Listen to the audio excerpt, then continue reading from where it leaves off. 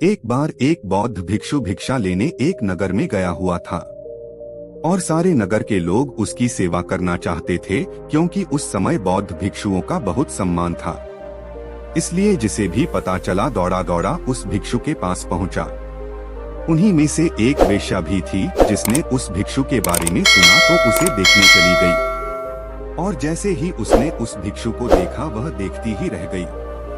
उसने उस भिक्षु के पैर पकड़ लिए और कहा कि मैं एक वेश्या हूँ और कोई भला आदमी मेरे द्वार तक नहीं आता, इसलिए मैं ये चाहती हूँ कि आप मेरे अतिथि बनकर मेरे साथ चलें ताकि कुछ दिन मैं भी आपकी सेवा कर लूँ। असल में वो वेश्या उस भिक्षु पर आसक्त थी। उसने आगे कहा कि हे महात्मा, मैं भी कुछ धर्म कमाना चाहती हूँ और ये भी हो सकता है कि मेरे भी मन में कुछ ऐसा भाव आ जाए कि मेरा भी उद्धार हो जाए। सभी नगरवासी उस वेश्या की बात सुन रहे थे और इससे पहले कि भिक्षु कुछ कह पाता वे बोल पड़े कि तुम क्या कह रही हो? एक बौद्ध भिक्षु तुम्हारे कोठे पर कैसे जा सकता है? इससे तो भिक्षु को पाप लगेगा। नगरवासियों की बात सुन वेश्या ने कहा कि मैं इन्हें अपने पाप को मिटाने के लिए ही अपने साथ चलने को कह रही हूँ। उनकी बातें सुनकर भिक्षु ने कहा कि मैं अपने गुरु बुद्ध से इसकी अनुमति लूंगा। यदि वे कहेंगे तो मैं आपके साथ चलूंगा। ये सुन वेश्या ने कहा कि मैं इंतजार करूंगी। इतना सुनकर नगर के सेठ ने कहा कि हे महात्मा, ये पापी है, आप मेरे साथ चलिए, इसका कोठा आपके जाने लायक नहीं है। इतना सुनते ही वो वेश्या बोल पड़ी कि तब तो इस नगर वाले सारे अमीर पापी हैं, वे सभी मेरे पास आ चुके हैं और सेठ जी आप भी तो मेरे पास आते हैं, तो तुम पाप से कैसे मुक्त हो? तुम भी पापी हो। यदि ये महात्मा मेरा उद्धार करना चाहते हैं तो तुम्हें कोई आपत्ति नहीं होनी चाहिए। नगर का सेठ चुप हो गया और बौद्ध भिक्षु गुरु बुद्ध के पास अनुमति लेने लौट गया। गुरु के पास पहुंचकर उसने अपने साथ हुई घटना के बारे में अपने गुरु को जानकारी दी।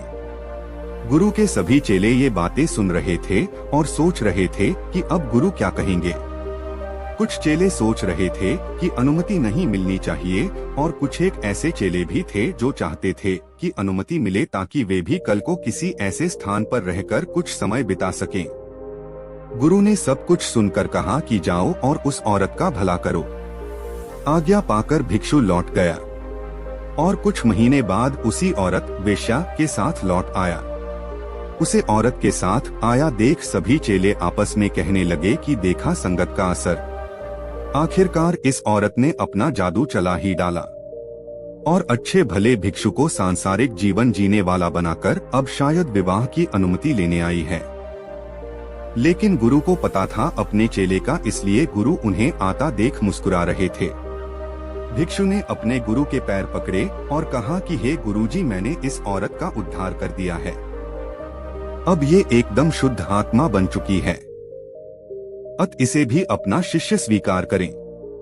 ये सब सुनकर सभी भिक्षु आश्चर्य में पड़ गए कि ये कैसे हुआ। चरित्र तो हमेशा बुरे के साथ रहकर अच्छे का खराब होता है। हमें बचपन में यही सिखाया जाता है कि बुरे के साथ रहकर तुम भी बुरे बन जाओगे।